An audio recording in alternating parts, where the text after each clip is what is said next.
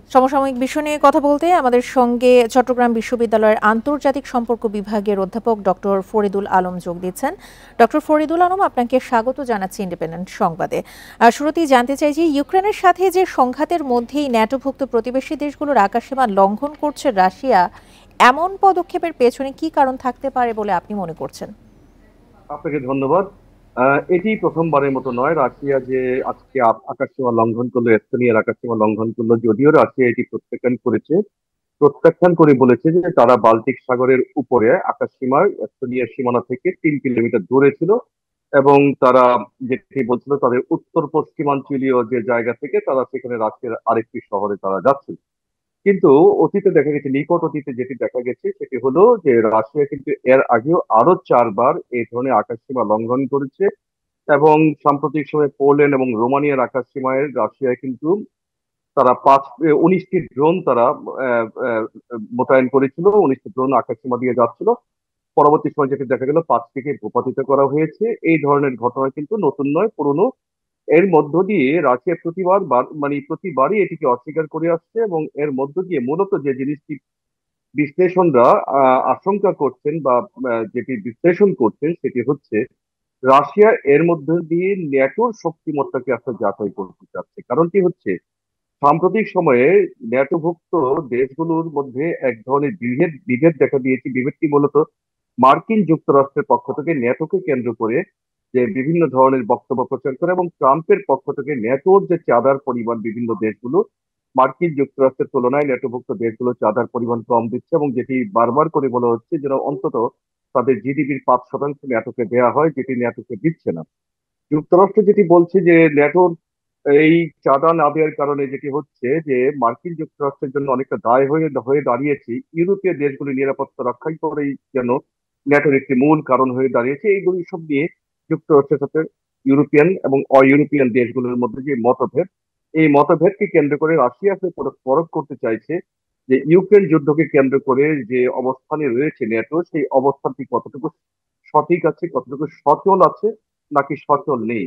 এটি আমার যেটি মনে হচ্ছে যে ন্যাটোর এক ধরনের পরীক্ষা করা, এবং ভবিষ্যতে ইউক্রেনকে কেন্দ্র করে রাশিয়ার যে পলিসি যেটি রয়েছে, রাশিয়ার যে প্রক্রিয়াতে তারা ইউক্রেনের যুদ্ধ চালিয়ে যাচ্ছে, এই যুদ্ধকে চালিয়ে যাবে কিনা বা যেতে পারবে কিনা, ইউক্রেনে তারা আরো আগ্রাসী হবে কিনা, ইউক্রেন তাদের যে ভূখণ্ডগুলো তারা দাবি করছে সেই দাবি থেকে তারা আরেকটু সামনের দিকে প্রসিড করবে কি করবে না, এটিকেই মূলত একটি বড় কারণ হিসেবে দেখা যাচ্ছে যে ন্যাটো কতটুকু আসলে জানতে চাই যে এই রাশিয়ার হামলা। বিরুদ্ধে ন্যাটোর আর্টিকেল 5 অনুযায়ী কি সামরিক পদক্ষেপ নেওয়ার কোনো আশঙ্কা আছে, নাকি তারা আর্টিকেল 4 অনুযায়ী রাজনৈতিকভাবে সংকট সমাধানে জোর দেবে? না, এটি মূল বিষয় যে আর্টিকেল 5-এ যেটি বলা হয়েছে ন্যাটো, সেখানে হচ্ছে ন্যাটোভুক্ত কোনো দেশের সার্বভৌমত্ব যদি লঙ্ঘন হয় বা লঙ্ঘন হওয়ার মতো আশঙ্কা দেখা দেয়, তাহলে ন্যাটো অ্যাজ এ হোল এই জায়গাটিকে তারা নিরাপত্তা দেওয়ার চেষ্টা করবে। এখন আপনি দেখেন যে ইউক্রেনের ক্ষেত্রেও কিন্তু আর্টিকেল 5 লঙ্ঘিত হয়েছে, এবং ন্যাটো কিন্তু যদিও রাশিয়ার সাথে সরাসরি যুদ্ধ করেনি, ন্যাটো কিন্তু ইউক্রেনকে পরোক্ষভাবে সমর্থন দিয়েছে, আর্থিক এবং অস্ত্র সহায়তা দিয়ে তারা এই যুদ্ধে একটা বড় ভূমিকা রেখেছে। এবং এখানে নতুন করে যদি এস্তোনিয়া, পোল্যান্ড, রোমানিয়ার মতো দেশ সহ ন্যাটোর অন্যান্য দেশগুলো আক্রান্ত হয়, তাহলে সেই ক্ষেত্রে আমরা যদি দেখি যে ইউক্রেনের ক্ষেত্রে কিন্তু সরাসরি রাশিয়ার বিরুদ্ধে তারা প্রতিরোধ গড়ে তোলেনি। সুতরাং এই জায়গাটি একটি বড় বিষয় হচ্ছে যে এই জায়গাটি রাশিয়া যেহেতু অস্বীকার করেছে, রাশিয়া যেহেতু স্বীকার করেনি, এই জায়গাটিতে তারা হয়তোবা সরাসরি রাশিয়ার বিরুদ্ধে কোনো পদক্ষেপে নাও যেতে পারে, কেননা ইতিমধ্যে কিন্তু ন্যাটো একটি ভারাক্রান্ত এই যুদ্ধকে নিয়ে।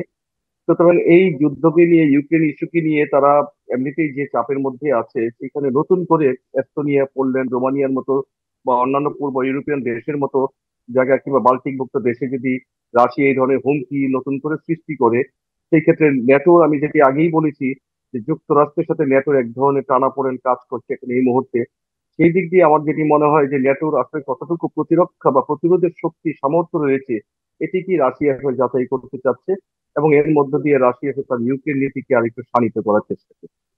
আপনার কাছে আরেকটি ভিন্ন প্রসঙ্গে একটু জানতে চাই যে H1B ভিসায় বিদেশি কর্মী আনতে সরকারকে বার্ষিক $1 লাখ ফি দিতে হবে মার্কিন প্রতিষ্ঠানগুলোকে, এবং ট্রাম্প প্রশাসনের যে এই সিদ্ধান্তের কারণে কি মার্কিন প্রযুক্তি খাতে কি ধরনের প্রভাব পড়তে পারে, এবং শুধুমাত্র কি আমেরিকানদের দিয়ে এসব চাকরির শূন্যতা পূরণ করা সম্ভব কিনা? এটি একটি ট্রাম্প যে নতুন সিদ্ধান্তটি দিয়েছেন, এই সিদ্ধান্তটি নিয়ে একটি মিশ্র প্রতিক্রিয়া সৃষ্টি হয়েছে। তবে ট্রাম্প যেটি দিয়েছেন, ট্রাম্পের দিক থেকে ট্রাম্প ঠিক আছেন, কেননা তার নির্বাচনী প্রতিশ্রুতির মধ্যে এটি অন্যতম ছিল। আরেকটি ছিল যে অভিবাসন নীতি এবং এই যে তাদের H-1B ভিসা, যে ভিসার মধ্য দিয়ে এত বছর ধরে কয়েক হাজার ডলারের বিনিময়ে কেবলমাত্র মার্কিন কোম্পানিগুলো বিদেশ থেকে তাদের দক্ষ জনশক্তি এনে তাদের প্রযুক্তি খাতকে বিকাশ করার চেষ্টা করে আসছিল। এখন এর মধ্য দিয়ে যেটি হচ্ছে অতিরিক্ত বাৎসরিক $1 লক্ষ কোটি, 1 লক্ষ ডলার, যে টাকাটা মার্কিন কোম্পানিগুলোকে বিয়ার করতে হবে বিদেশ থেকে আপনার দক্ষ কর্মী আনার জন্য। এই জায়গাটি মিশ্র প্রতিক্রিয়া কিভাবে সৃষ্টি হয়েছে, যারা বড় বড় দক্ষ প্রযুক্তি প্রতিষ্ঠানগুলো রয়েছে, যেমন টেক জায়ান্ট টেসলা আছে এখানে, টেসলার প্রধান নির্বাহী ইলন মাস্ক, তিনি খুবই খুশি। তিনি একে অনেক আগে থেকে দাবি করছিলেন। সেই সাথে অ্যাপল, তারপরে আইফোন বা বিভিন্ন যে কোম্পানিগুলো, বড় বড় কোম্পানিগুলো রয়েছে, তারা এগুলোকে সাধুবাদ জানাচ্ছে। কিন্তু ছোটখাটো কোম্পানিগুলো তারা মনে করছে যে এর মধ্য দিয়ে মার্কিন বাজারে আসলে নিজেদের মধ্যে প্রতিযোগিতায় টিকে থাকা খুব কঠিন হবে ছোটখাটো বা মধ্যম কোম্পানিগুলোর জন্য। এবং তার বিপরীতে তারা যেটি বলছে যে এতদিন পর্যন্ত যেভাবে দক্ষ কর্মী এনে মার্কিন বিভিন্ন রকম ছোট এবং মধ্যম সারির কোম্পানিগুলো তারা আহ, আহ, কাজ করছিল, সেটি কিন্তু হোঁচট খাবে। অন্যদিকে মার্কিন বাণিজ্য মন্ত্রী যেটি বলেছে যে এই কাজটি আমরা যে কারণে করেছি, সেটার মূল উদ্দেশ্য হচ্ছে বিদেশ থেকে দক্ষ কর্মী না এনে বরং একদেশিক যে দক্ষ কর্মী যারা রয়েছে তাদেরকে দিয়ে মার্কিন যারা কর্মীরা মার্কিন যারা শিক্ষার্থীরা যারা উচ্চ শিক্ষা প্রতিষ্ঠানে রয়েছে তাদেরকে যদি প্রশিক্ষিত করা হয়, তাদের প্রশিক্ষিত করার মধ্য জি দিয়ে কিন্তু আমরা মূল ধারার যে মার্কিনিয়া যারা আছে তাদেরকে প্রশিক্ষিত করে মার্কিন যে অর্থনীতিতে বড় একটি ভূমিকা সেটি রাখা যাবে। এটি হচ্ছে জি, মূল ডক্টর উদ্দেশ্য। আলম, একটু ছোট করে আপনার কাছে জানতে চাই যে এই সিদ্ধান্তের কারণে আমরা দেখছি পরিসংখ্যান বলছে যে ৭১ ভাগই কিন্তু ভারতীয় বিদেশি সেখানে কাজ করছেন। সেক্ষেত্রে ওয়াশিংটন দিল্লির যে সম্পর্ক, সেখানে কি টানাপোড়েনের কোনো সম্ভাবনা রয়েছে কিনা? ওয়াশিংটন দিল্লির সম্পর্ক ইতিমধ্যে একটা টানাপোড়েনের মধ্যে আছে বলেই মার্কিন যুক্তরাষ্ট্রের এই যে শুল্ক নীতিকে কেন্দ্র করে যে টানাপোড়েনটি, সেই টানাপোড়েনের কারণে কিন্তু আমরা দেখছি ভারত অনেকটা এসসিও মুখী হয়ে গেছে, অর্থাৎ সাংহাই কোঅপারেটিভ অর্গানাইজেশন মুখী হয়ে গেছে।